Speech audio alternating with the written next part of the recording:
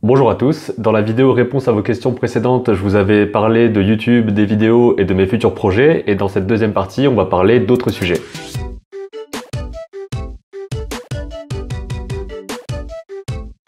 On commence avec la partie études et métiers.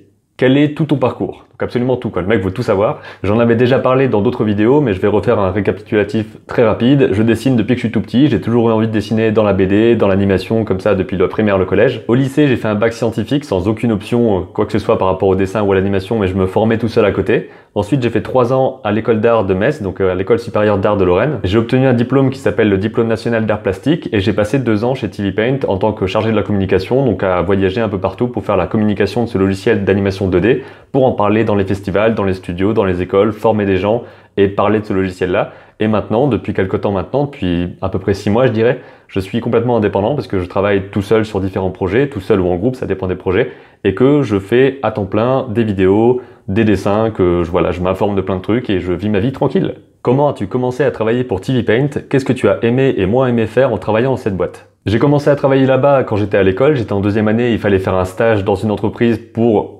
s'insérer dans le milieu professionnel. Donc j'ai trouvé cette entreprise-là qui est dans ma ville, qui est à Metz. J'y suis allé, j'ai fait un stage de 15 jours puis d'1 mois où j'ai réalisé un making-of là-bas. Donc j'ai réalisé une sorte de petit documentaire sur un film qu'ils faisaient. Et comme ils ont bien apprécié ce travail sur la vidéo, ils ont décidé de me garder et j'y suis resté 2 ans. Donc ce que j'ai aimé évidemment, c'est de pouvoir parler de quelque chose que j'aime, à savoir l'animation. Une partie vraiment chouette aussi, c'était de voyager partout dans le monde pour aller voir plein de studios. Donc j'ai vraiment été voir des studios énormes. Aux États-Unis, en Finlande, au Japon, j'ai été dans plein de pays différents pour parler de ce logiciel-là et filmer des gens pour faire des interviews que vous pouvez toujours voir sur la chaîne TV Paint. C'est en anglais, mais il y a plein d'informations dedans par rapport aux studios d'animation et au processus de création de longs métrages et de séries animées. Et j'ai démissionné de cette boîte-là pour pouvoir faire ma vie d'indépendant, pour pouvoir travailler exactement sur ce que je voulais, avec les personnes que je voulais, et être tout simplement plus libre de faire ce que je souhaite.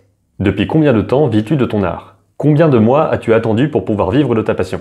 Mon activité principale à proprement parler en termes de revenus, c'est pas le dessin, parce que j'ai quelques revenus sur le dessin en vendant quelques originaux et quelques livres par-ci par-là, mais le plus important pour moi, enfin en tout cas factuellement, actuellement, c'est un peu redondant, c'est de faire des vidéos, c'est vraiment mon activité principale, donc le fait de parler d'animation et de dessin, mais ne pas forcément en faire toute la journée. En ce moment, je vis assez modestement avec ce que je gagne avec les vidéos, à savoir la publicité qui rapporte quelques revenus. J'en avais parlé dans une vidéo vraiment juste pour ça récemment, donc je mets un lien dans les fiches et dans la description pour que vous puissiez aller voir et avoir plus de détails sur qu'est-ce que je gagne et comment ça fonctionne. En tout cas, je pense pas que ça va se compter en mois pour vivre de ta passion. Je pense que c'est beaucoup plus long que ça. Il faut vraiment construire les choses. C'est pas du tout un problème si tu es encore étudiant ou encore salarié pendant que tu construis ça. Vaut mieux avoir une sorte de tremplin et avoir une sorte d'autre activité qui te fait vivre ou survivre pendant ce temps, parce que les revenus avec que cette activité-là, c'est pas forcément évident de générer beaucoup. Donc pour l'instant, c'est pas mon cas. Je travaille sur différents moyens de générer plus de revenus, de pouvoir vivre confortablement de ce que je fais. Mais en tout cas, j'aime beaucoup la liberté que j'ai pour l'instant à vivre comme je vis. Comment as-tu commencé à avoir tes premiers revenus avec le dessin et as-tu un projet de bande dessinée ou autre? Pour tout ce qui est projet bande dessinée, j'ai y répondu dans la première vidéo où j'ai expliqué tout ce qui se passait par rapport à tous ces sujets-là. Et comment j'ai commencé à avoir des premiers revenus avec le dessin, je dirais que c'est en primaire, quand j'étais vraiment tout petit et que j'échangeais des dessins contre des cartes Yu-Gi-Oh! Donc c'était pas un revenu en argent, mais je considère que c'était la première fois que j'ai échangé du travail, du dessin, contre quelque chose qui était important pour moi, donc c'est la même valeur que l'argent maintenant. En fait, c'était une sorte de monnaie d'échange, les cartes Yu-Gi-Oh! Chez nous. D'ailleurs, c'était assez particulier parce que je débarquais avec une enveloppe avec un dessin à l'intérieur et les autres enfants débarquaient avec des enveloppes avec des cartes à l'intérieur. Ça faisait très deal un peu louche, mais c'était juste des cartes et des dessins, il n'y a pas de problème. Ensuite, quand j'étais au collège avec des copains, on avait fait un magazine où on parlait de Naruto à l'intérieur. J'avais fait aussi une petite bande dessinée qu'on avait joint à ça et on avait vendu comme ça pour 2 €, je pense, un petit magazine, une première édition du magazine dans la cour de l'école. Ce qui est peut-être pas légal, j'en sais rien du tout. Et ensuite, plus récemment, je dirais depuis l'année dernière ou l'année d'avant, je vends quelques originaux par-ci par-là de mes Inktober principalement, donc des dessins que j'avais faits et que je vends directement pour que les gens les encadrent chez eux, fassent ce qu'ils veulent avec. Mais comme dit précédemment, le dessin, c'est vraiment pas ma source directe principale de revenus. Comment trouver des offres pour être illustrateur? Il y a différents moyens de trouver des offres. Après, bon, je suis peut-être pas la référence principale étant donné que je fais pas tellement de travail d'illustration que ça à part du travail personnel. Mais en gros, l'idée c'est de se faire connaître, donc de faire connaître ton travail via les endroits où il y a le plus de gens qui regardent en ce moment, à savoir YouTube, Instagram principalement pour tout ce qui est artiste. L'idée c'est de montrer que tu peux faire plein de dessins, de faire connaître ton identité graphique, ta façon de travailler, aussi dans le procédé que tu vas marquer, parce que tu vas expliquer sur Instagram et sur YouTube comment est-ce que tu produis les choses. Comme ça, il y aura une sorte de vulgarisation de ce que tu fais et ça va être plus clair pour les gens, de combien de temps tu peux mettre, de la qualité que tu peux faire en temps de temps. Vraiment, ça peut être important, je pense, de faire ça pour avoir des clients. À ce moment-là, dans les personnes qui vont regarder, il y en aura peut-être qui seront intéressés pour te contacter, pour te commander une illustration, ce genre de choses-là. Donc vraiment, les clients qui viennent directement vers toi. Et ensuite, il y a tout un côté démarchage, à savoir envoyer des messages privés aux gens. Donc tu vas sur les comptes Instagram de personnes que tu apprécies, ou alors d'entreprises, peut-être de ton coin, ou même de plus grandes entreprises qui auraient éventuellement besoin d'illustrations. Donc tu leur proposes tes services. Donc c'est comme ça que tu vas pouvoir construire ton réseau, connaître plus de personnes qui vont aussi pouvoir parler de toi et de ton travail à d'autres personnes. Donc construire vraiment un réseau de plus en plus large et de plus en plus aussi spécialisé, parce que l'idée c'est pas d'avoir des clients partout, n'importe comment, c'est d'avoir vraiment peut-être des clients réguliers aussi qui pourraient te permettre d'avoir un revenu peut-être tous les mois parce qu'ils ont besoin d'illustrations et d'images ou de bandes dessinées chaque mois pour leur site, pour leur magazine, pour peu importe leur médium. Et il y a aussi la possibilité d'aller présenter ton portfolio dans des studios ou alors dans des festivals pour montrer ça à des gens qui sont déjà dans le milieu, qui peuvent éventuellement te trouver des boulots ou qui peuvent t'embaucher s'ils apprécient ce que tu fais. Donc tu peux penser que ton travail est très bien, il est très bien finalisé, il y a de bonnes histoires, tout ça, mais si personne ne veut l'acheter quelque part sur le marché du dessin, il va servir à rien. Ça veut pas dire qu'il a pas de qualité, ça veut dire qu'il va pas se vendre. C'est pas forcément corrélé. Salut Benjamin, quel est ton métier et depuis quand le fais-tu? Il y a pas mal de gens qui me posent la question quel est mon métier, vraiment comme s'il fallait qu'il y ait un titre absolument. Donc la plupart du temps je dis que je fais des vidéos, que je dessine, donc voilà, pour eux j'imagine que j'ai fait un diplôme pour faire des vidéos et dessiner. C'est pas vraiment le cas. Donc mon métier, je dirais que en gros c'est faiseur de vidéos, dessinateur, le fait d'être le gars qui motive les gens à faire du dessin. Et je fais ça à temps plein depuis environ 5 ou 6 mois. Et sinon je le fais sérieusement depuis 4 ans, tout en étant étudiant puis salarié. Selon toi, quelles études pour le concept art? Le concept art, c'est un domaine dans la chaîne de production, ou plutôt de pré-production, dans tout ce qui est audiovisuel, film, jeux vidéo. Il y a vraiment plein de domaines qui utilisent ça. En gros, c'est le fait de faire des dessins, souvent des peintures numériques, des différentes choses qui vont se passer dans l'histoire en question. Donc les concept art pour les films vont définir à quoi ressemblent les décors, à quoi ressemblent les différentes scènes, vraiment de poser comme ça des scènes en images pour faire comprendre quel sera l'intérêt visuel et narratif de ce qu'on est en train de faire comme histoire, comme projet, comme film, comme jeu. Je pense pas qu'il y ait nécessairement une école ou une filière particulière qui vont t'aider à devenir concept artiste. Il y a pas vraiment de, il y en a qui sont libellés comme ça. Je crois qu'à Supinfo Game, il y a des choses comme ça, de concept art avec vraiment des sections particulières. Mais dans l'idée, c'est vraiment d'apprendre le dessin, d'apprendre à gérer le volume, la lumière, la narration par la mise en scène, toutes ces choses-là. Peu importe dans quelle école, peu importe par quel moyen, tu peux apprendre ça tout seul avec des cours en ligne, avec des vidéos sur YouTube par exemple, avec des livres. Vraiment, l'idée c'est d'apprendre, peu importe où tu es. Si tu apprends à l'école ou pas, on s'en fout un peu, l'idée c'est d'apprendre et d'être le meilleur possible, d'avoir le plus de compétences possible pour pouvoir présenter un portfolio intéressant à des studios qui vont t'embaucher pour faire un travail de concept artiste. Penses-tu qu'avec seulement une année de prépa, il est possible d'intégrer une école d'animation? Je connais pas les prépas, j'en ai pas fait personnellement, je suis passé directement de la terminale S à la première année de Beaux-Arts à Metz. Donc je ne sais pas trop ce qui se passe dans les prépas, j'imagine que peu importe si tu as fait 1 an, 2 ans, 3 ans, je sais pas combien d'années de prépa avant, si tu veux rentrer dans une école d'animation, tu vas passer un concours et si t'as pas le niveau, tu passes pas, si t'as le niveau, tu passes. Concentre-toi à mon avis plus sur ce que tu apprends, sur le fait de savoir déjà bien dessiner et ensuite d'avoir déjà quelques bases d'animation avant de rentrer dans l'école d'animation pour vraiment cartonner au niveau du concours et pouvoir rentrer comme tu veux. Comment étaient tes études et as-tu vécu ces années de travail? Je suis étudiant et je vais entrer en école d'art, ce qui me stresse un peu. Il n'y a pas besoin de se stresser follement quand on rentre en école d'art. L'école d'art, je considère ça comme une sorte de grand forum. Si vous voulez avoir la comparaison avec Internet, j'ai déjà fait sur d'autres vidéos ça. C'est une sorte de grand forum où vous allez apprendre plein de trucs. Il y a plein de tutoriels différents. Il y a plein de gens différents. Vous allez devoir juste prendre ce qui vous intéresse et ne pas prendre ce qui vous intéresse pas. Ça veut pas dire ne pas le faire. Des fois, il y aura des trucs pourris que vous aurez besoin de faire et il faudra les faire pour passer la note, tout ça, toutes ces conneries-là. Mais dans l'absolu, prenez ce qui vous sert, laissez ce qui vous sert pas, apprenez au maximum, concentrez-vous sur ce que vous savez faire. C'est vraiment ce qui est le plus important. Je le répète là tout le temps, mais ce que vous savez faire, c'est plus important que le petit papier avec marqué « Oui, il a bien été dans cette école-là et il était cool ». Allez, super.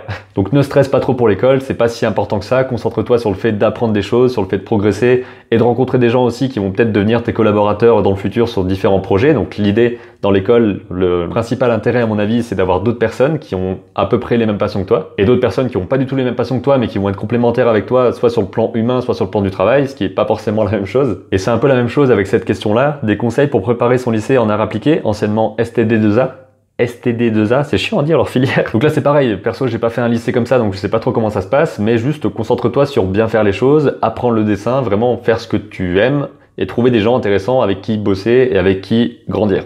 Parce que je sais qu'on nous vend les choses comme ça depuis toujours, genre faites gaffe, voilà vous êtes en primaire mais après le collège c'est un truc différent, c'est pour les grands. Ah oui mais vous êtes au collège mais après le lycée c'est vraiment plus dur. Ah oui mais après les études supérieures c'est vraiment plus dur, mais après le métier c'est encore plus dur. Donc à chaque étape on nous dit que c'est pire qu'avant et que ce sera pire après. Donc il faut pas avoir trop peur de ces trucs là, j'essaie de relativiser tout le temps les choses en me disant que peu importe qui j'ai en face, c'est juste une personne qui fait des choix, qui prend des décisions et qui parfois fait semblant de savoir quand il sait pas, parce qu'on est tous un peu comme ça. Je sais pas si c'est un rapport avec tout ce qu'on est en train de dire là, mais j'avais entendu une phrase qui m'avait pas mal interloqué quand j'étais petit, et qui maintenant je comprends plus. Je crois que c'était un truc du genre, les adultes n'en savent pas plus, mais ils savent mieux faire semblant qu'ils savent. Donc en gros, maintenant je considère que tout le monde est paumé et essaye de faire ce qu'il peut, et voilà, ça avance comme ça, et on a juste à faire sa place là-dedans et à vivre tranquille.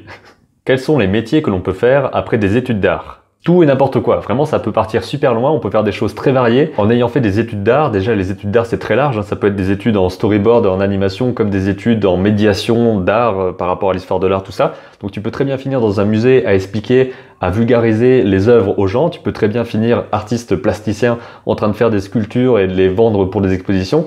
Tu peux très bien être voilà comme moi et faire des dessins et les montrer aux gens sur internet. Tu peux vraiment faire des tonnes et des tonnes de trucs.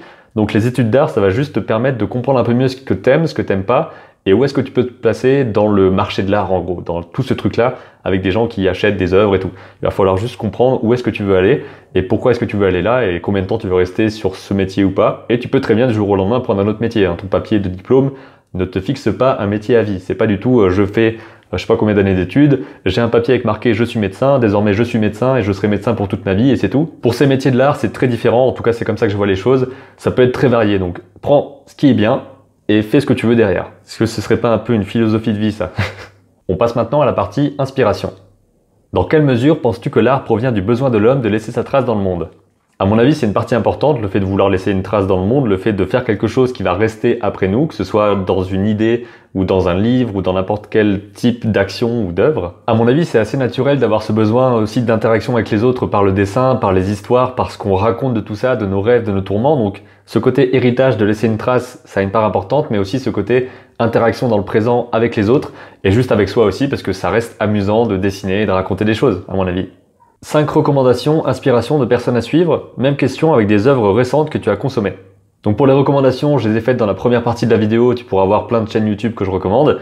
Et sinon, par rapport aux œuvres que j'ai consommées, ça me fait un peu bizarre de parler d'œuvres consommées, moi je dirais plutôt œuvres regardées, visionnées, enfin bref. Je vais vous parler de 4 films que j'ai vus récemment au cinéma, c'était la fête du cinéma donc j'ai regardé un film par jour, j'y vais rarement mais là j'y étais beaucoup. Donc il y a d'abord Toy Story 4 qui était un film vachement intéressant, autant en termes de mise en scène, de technique et tout, c'était assez fou, mais aussi au niveau de l'histoire parce que je trouve que ça clôture vachement bien l'arc, l'histoire principale d'un personnage principal, donc c'était vachement intéressant de voir ça. Je vous en dis pas plus sur l'histoire mais je vous conseille d'aller le voir, d'ailleurs voilà, je vous en dirai pas plus sur les histoires et je vous conseille d'aller voir tous les films que je dis là. Il y a ensuite Le Dain, le dernier film de Quentin Dupieux, donc c'est une histoire assez particulière comme dans tous ses films, parce que par exemple il a fait un film qui s'appelle Rubber, avec un pneu qui tue des gens, et ils vont traquer le pneu comme ça pour essayer de le niquer.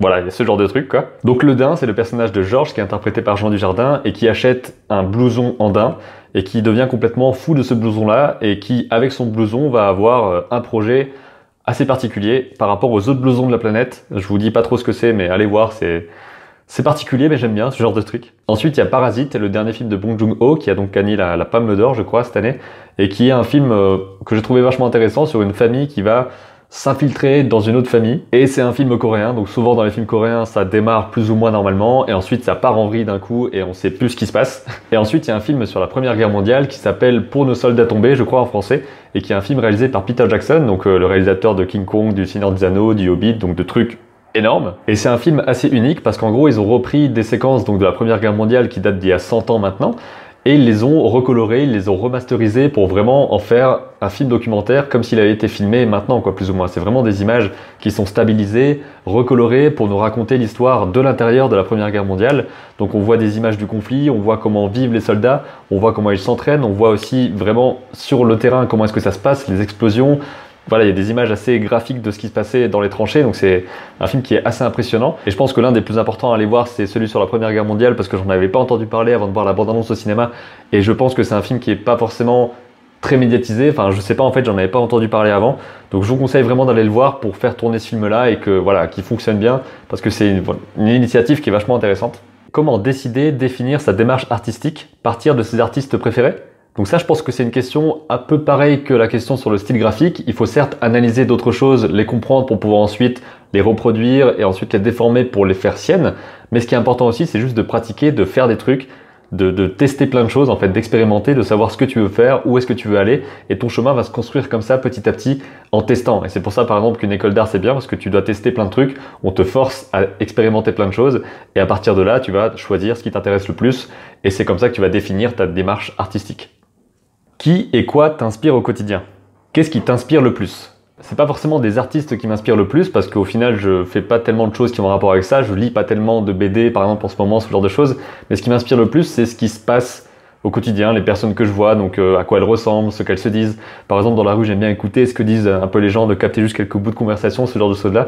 Je les note pas forcément, il faudrait peut-être que je le fasse, mais parce que ça m'amène parfois sur certaines idées, que ce soit des idées de personnages qui auraient une personnalité particulière, ou des idées de scènes que je pourrais incorporer dans une histoire plus large par exemple. Donc juste le quotidien, ce qui se passe dans la rue, ce qui se passe avec les gens, c'est vraiment ça, je pense, qui me donne le plus envie de dessiner et de raconter des choses. Parce qu'à mon avis, même avec des histoires beaucoup plus ambitieuses, qui parlent de sujets beaucoup plus grands, avoir des petits moments comme ça de quotidien, c'est ça qui va rendre la chose plus intéressante, plus humaine, et qui va nous rapprocher à ça, même si ça se passe dans un autre monde, etc. Je pense qu'il y a toujours des petits sujets comme ça qui peuvent nous faire raccrocher à l'histoire et faire mieux comprendre les personnages et mieux ressentir les émotions. Comment arrives-tu à rester motivé dans la création de vidéos, d'illustrations, etc. Donc comme je l'avais dit dans la vidéo précédente et dans celle-ci aussi, en ce moment je dessine pas tellement, je suis plus concentré sur les vidéos, sur le fait de faire des collaborations, le fait de construire des vidéos intéressantes, structurées, tout ça. Donc ce qui m'intéresse le plus, c'est que voilà, ça m'amuse de faire les choses, d'apprendre à mieux faire des vidéos, à mieux expliquer les choses, d'apprendre plein de choses sur l'art en général, sur le cinéma, en lisant des livres, en faisant plein de trucs. Donc ce qui me motive, c'est le fait que ce soit amusant sur le moment de le faire, et aussi que c'est une sorte d'héritage quelque part, parce que si ces vidéos-là restent dans le temps, ça va montrer ce que j'ai fait, et le message pourra rester plus longtemps que moi, si ça se passe comme je veux, ce qui va pas forcément être le cas. Donc ce qui me motive, c'est de m'amuser, d'apprendre et de me sentir quelque part aussi utile, parce que quand vous me dites que ça vous sert pour vos dessins et pour votre vie en général, que ça vous motive tout ça, voilà, c'est un truc aussi qui me motive. C'est tout pour cette deuxième partie de la réponse à vos questions. Il y a une troisième partie qui va arriver avec pas mal de gros morceaux aussi, à savoir le dessin, l'animation et les dernières questions que j'ai pas su placer ailleurs. La vidéo arrivera prochainement sur la chaîne et ce sera la dernière partie de cette série de questions pour les 4 ans de la chaîne. Je vous dis à très bientôt pour ces prochaines vidéos là, et d'ici là, comme d'habitude, créez vos images et racontez vos histoires.